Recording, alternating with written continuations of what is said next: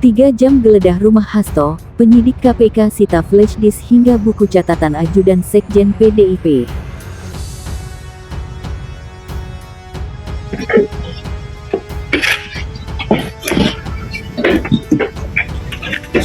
Ya, dapat kita saksikan petugas KPK kembali memasuki rumah kediaman Hasto Kristianto.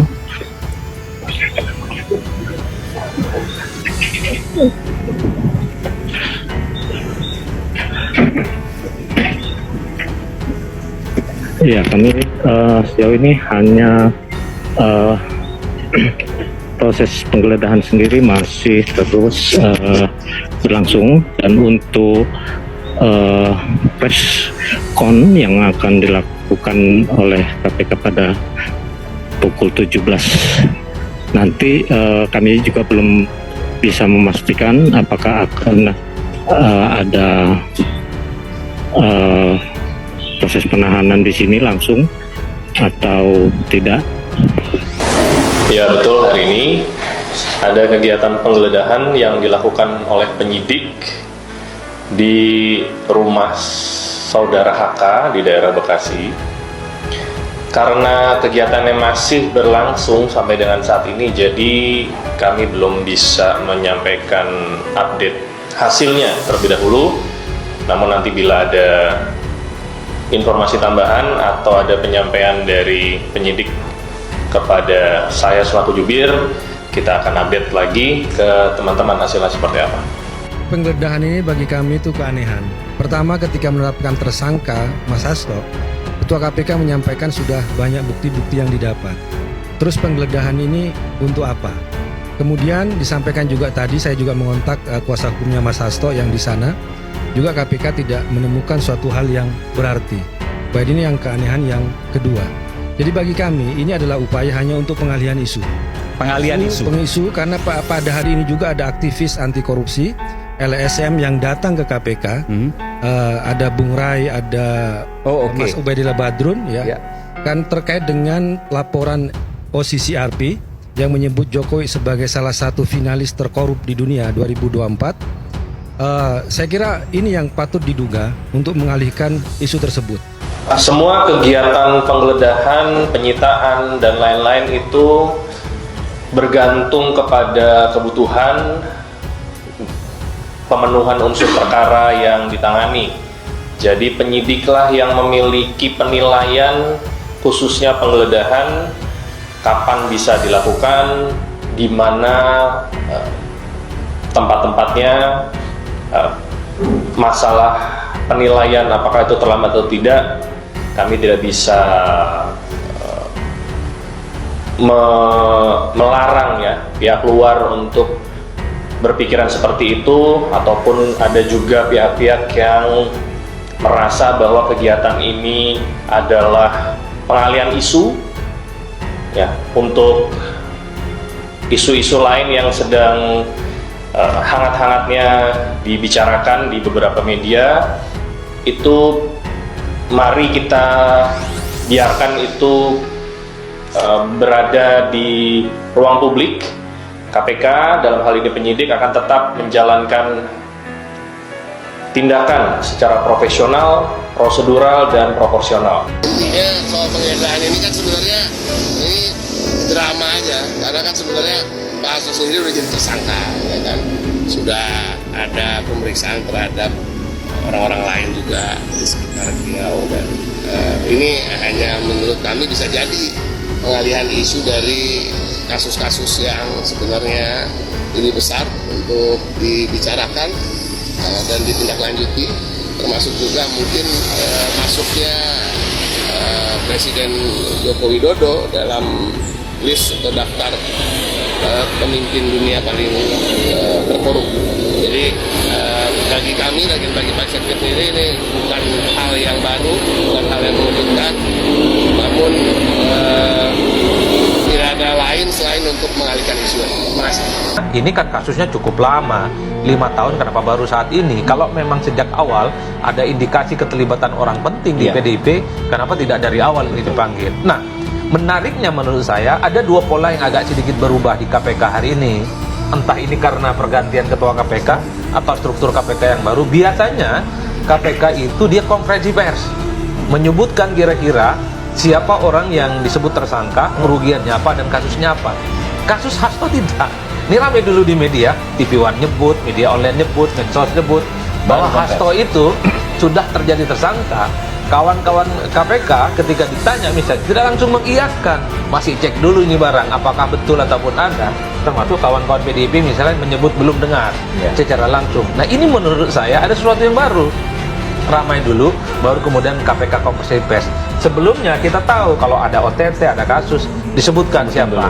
Bagi saksi yang sudah dipanggil 2 kali namun tidak memberikan konfirmasi atau tidak ada kabar, maka penyidik dapat menjemput paksa yang bersangkutan dengan menggunakan surat perintah membawa.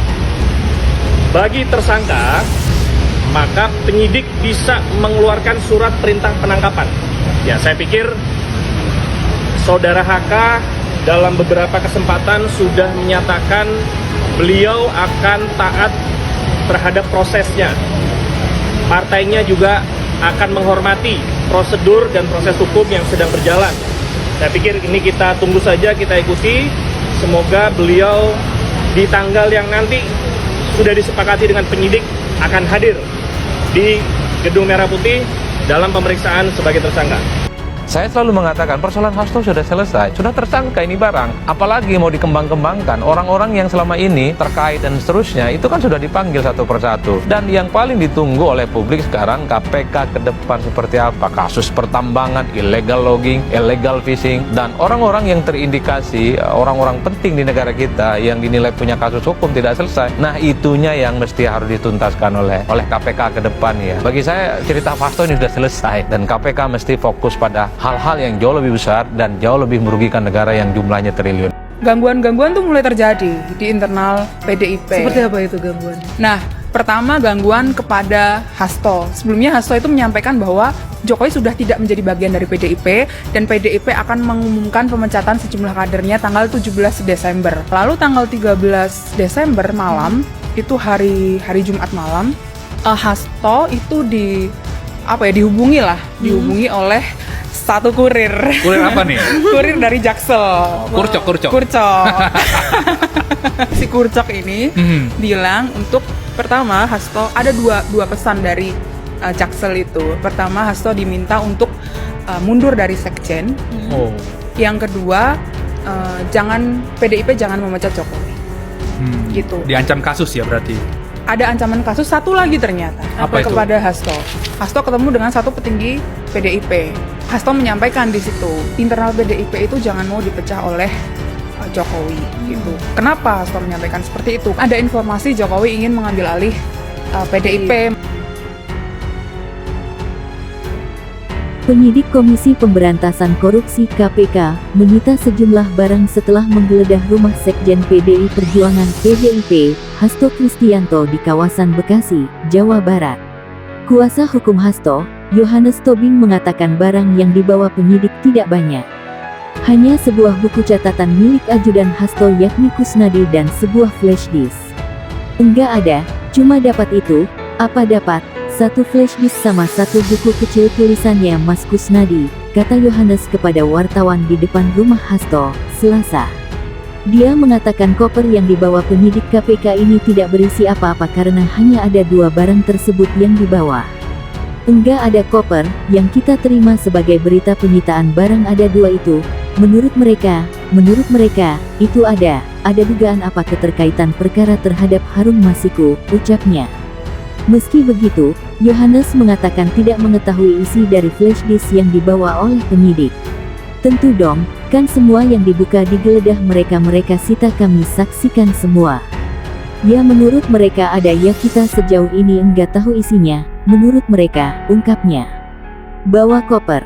Sebelumnya, penyidik KPK selesai menggeledah rumah Sekjen PDI Perjuangan, Hasto Kristianto pada Selasa tanggal 7 Januari tahun 2025.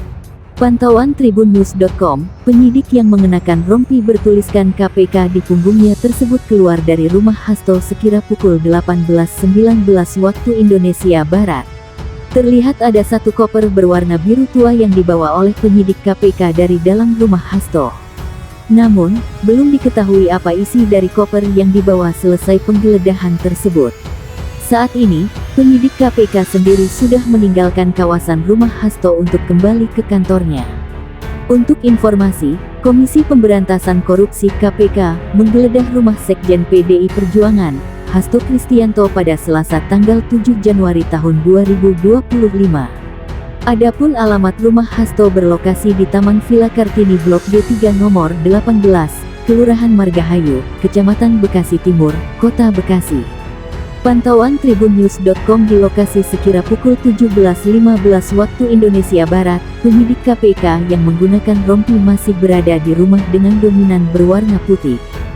Terdapat sejumlah pilar di sisi bangunan rumah yang terletak di ujung jalan tersebut dengan gerbang penuh ukiran gambar bunga hingga capung. Terlihat pula ada satu mobil Toyota Alphard bernomor B1990 KZM yang terparkir di teras rumah yang tertutup sarung mobil. Di depan rumah, terlihat pula anggota kepolisian yang berjaga dengan menentang senjata api laras panjang hingga pistol di pinggangnya. Hingga kini, proses penggeledahan di dalam rumah masih terus berlangsung. Penggeledahan itu pun dibenarkan oleh pihak KPK. Betul saat ini sedang ada giat penggeledahan yang dilakukan oleh penyidik untuk perkara dengan tersangka HK, Hasto Kristianto. Untuk perkembangan lebih lanjut akan disampaikan, bila kegiatan sudah selesai, kata juru bicara KPK, Tessa Mahardika Sugiarto, kepada wartawan. Hasto Kristianto diketahui telah ditetapkan sebagai tersangka dalam 2 kasus yang melibatkan buronan ex-calon anggota legislatif PDIP, Harun Masiku. Pertama, Hasto bersama advokat PDIP bernama Doni Tri Istiqomah sebagai tersangka kasus dugaan suap mengenai penetapan pergantian antar waktu PAU anggota DPR periode tahun 2019 sampai tahun 2024. Kedua, Hasto ditetapkan KPK sebagai tersangka kasus dugaan perintangan penyidikan atau obstruction of justice. Adapun suap diduga dilakukan agar Harun ditetapkan sebagai anggota DPR melalui proses PAU.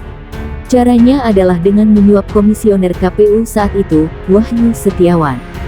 Nilai suapnya mencapai 600 juta rupiah. Suap itu dilakukan oleh Hasto bersama Doni Tri Istiqomah, Harun Masiku, dan Saiful Bahri. Suap kemudian diberikan kepada Agustiani Tio Fridelina dan juga Wahyu Setiawan. Sementara itu, terkait dengan perkara dugaan perintangan penyidikan, Hasto melakukan serangkaian upaya seperti mengumpulkan beberapa saksi terkait Masiku dengan mengarahkan para saksi itu agar tidak memberikan keterangan yang sebenarnya. Tak hanya itu, pada saat proses tangkap tangan terhadap Masiku, Hasto memerintahkan Nur Hasan seorang penjaga rumah yang biasa digunakan sebagai kantornya untuk menelpon Harun Masiku supaya merendam ponselnya dalam air dan segera melarikan diri. Kemudian, pada tanggal 6 Juni tahun 2024, atau 4 hari sebelum Hasto diperiksa sebagai saksi terkait Harun Masiku, ia juga memerintahkan stafnya yang bernama Kusnadi untuk menenggelamkan gawai milik Kusnadi agar tidak ditemukan oleh KPK. Atas perbuatannya, Hasto dijerat dengan pasal 5 ayat 1 huruf A atau pasal 5 ayat 1 huruf B dan pasal 21 atau pasal 13 UU Tipikor Junto pasal 55 ayat 1 ke 1 KUHP. Dalam perkembangannya, KPK mencegah Hasto Kristianto dan mantan Menteri Hukum dan HAM Yasona Hamonangan Laoli bepergian ke luar negeri selama 6 bulan.